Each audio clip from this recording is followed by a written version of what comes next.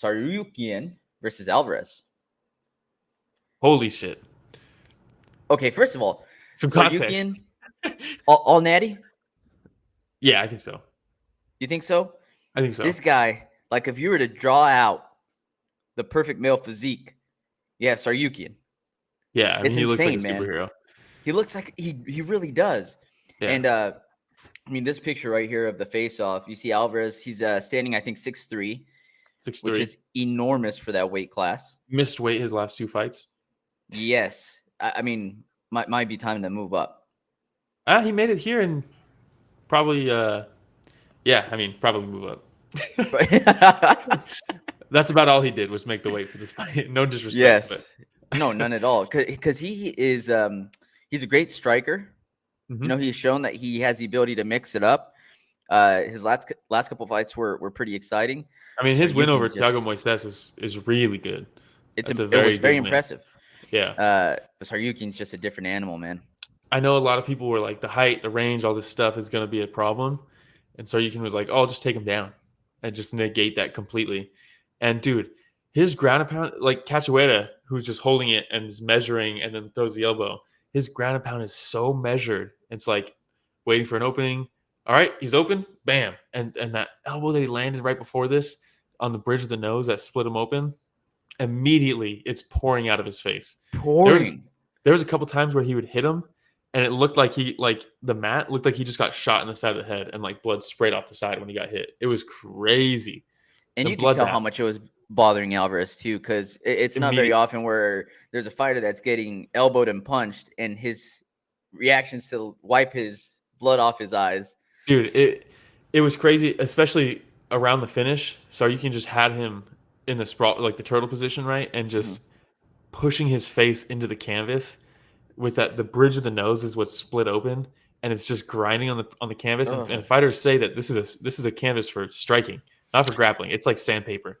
I was gonna warn about graphic imagery coming up, but man, the descriptions that you guys are giving are even worse than what probably was on screen. I didn't watch this fight. Obviously, I'm a casual, but anybody that also didn't watch this fight, a couple of images are probably graphic. The next couple, lots of blood, but I didn't know it was spurting out the way that fucking Will's saying.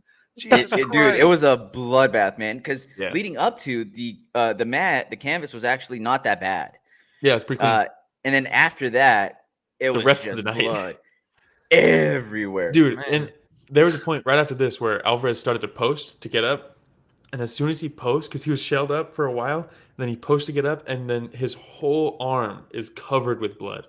Like, completely side of his covered. Face, whole arm. You ever watch The Red Wedding on Game of Thrones? Yeah. This was it, dude. This was it. This was it. You watch those pictures, Rich? Yeah. I'll put those up. I was just distracted. Jeez. Yeah. And all right, so this is right after they had stopped it, right? By the way, hey, Castagnoni, let's let's stop it earlier, huh? Yeah, Jesus man. Christ, man, the guy's about to pass out. Probably. Yeah. Like there's got to be a limit on how. I mean, we put an explicit tag on all of our episodes, so I guess it becomes territory.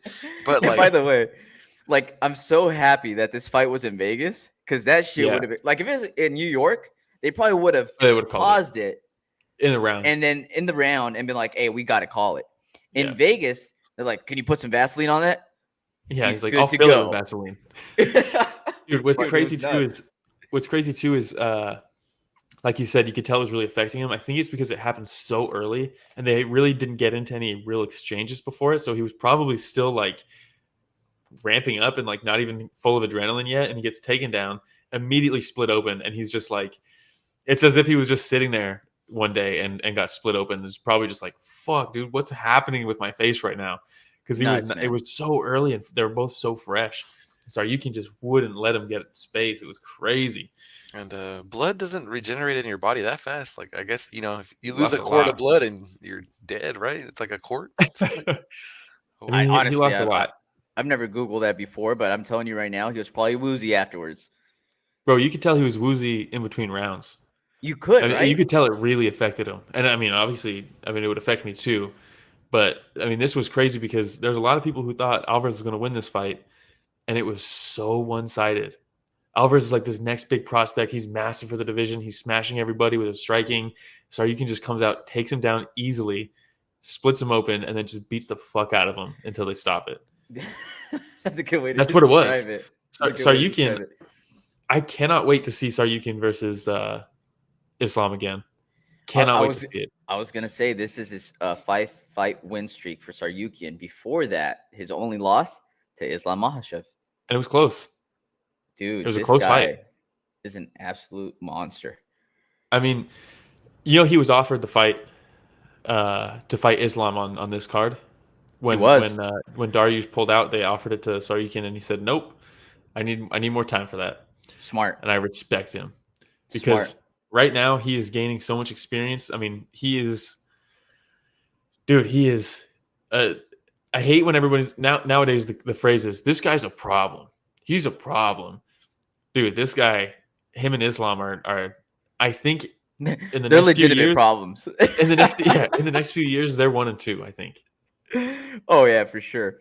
And this might be one of those where maybe trilogy, later on down the road. We just don't know. But if Arman wins, which he really can, I mean, dude, obviously they fought before. It was a close fight, and both of them have grown since then. Islam, I think, is on another level from when they first fought, but Tsarukyan is also continuing to improve. And the fact that he's taking this measured approach and he's not just jumping straight up, I mean, but by the time they fight again, they're going to be completely different guys, I think. So let me ask you this: who's next for Tsarukyan? Oh, so let's take a look at who's in front of him right now. You have Matus Gamrot. Ranked? Rafael. Oh, he was. Okay, 13. No, he was 13. Yeah. 13. Gregor Gillespie. Oh, that'd be a fun one. You know what? Fuck it. Let's just throw Connor at him. So, okay, but who's booked? Who's booked in front of him? I don't think Gamrot is, right? Fazeev fighting RDA. Gillespie's free, I think. Connor's fucking on a bender. Dan Hooker, I think, is talking about going down to 145. I hope they don't give him Dan Hooker. That might be the fight that happens, though. Because Tony Ferguson is fighting Michael Chandler. RDA, he's fighting... RDA? RDA's fighting Fazeev. Oh, that's right.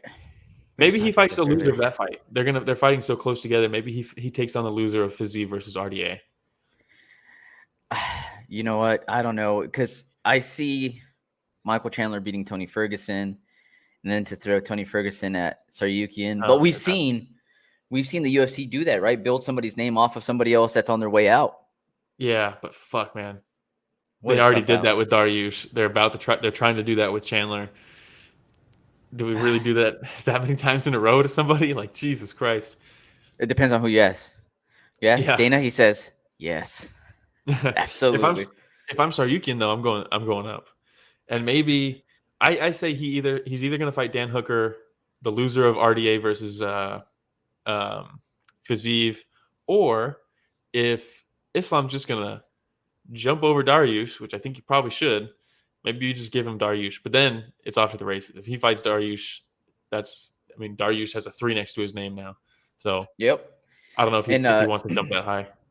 Richard Casual points out the fact that we never said thanks to the Just Bleed gods, for that last fight. Dude. So, for both of them, this one and the Kim fight. Yeah, Saint Tanyoni coming through and helping us out. Yeah. All right, man. But really looking forward to whoever Tsarukyan fights next. Yeah, and I hope Alvarez goes to welterweight. Yeah. We've seen a lot of those fighters that struggle in making weight. And he's shown that he struggles. Yeah. Move up and then just be a totally different fighter in a good way. Poirier, Whitaker. Yeah, it happens all the time. Yeah. Rumble Johnson. That guy moved up like 20 weight classes, Yeah. Hey, everybody. Ramiro and Will here. Thank you so much for watching that short clip. It's just a small clip of what we covered this last Sunday. Yeah, if you want to check out the full fight card recap, the link is in the description, and it's going to be on screen at the end here. Don't forget to go back and watch our fighter interviews that we have. And don't forget to tune in live every Sunday morning at 9 a.m. Pacific, 12 p.m. Eastern, and you can join in on the fun. Yeah, don't forget to like, subscribe, hit the notification bell. It goes a long way. All right, everybody. Thanks for watching that short clip from Story of the Fight.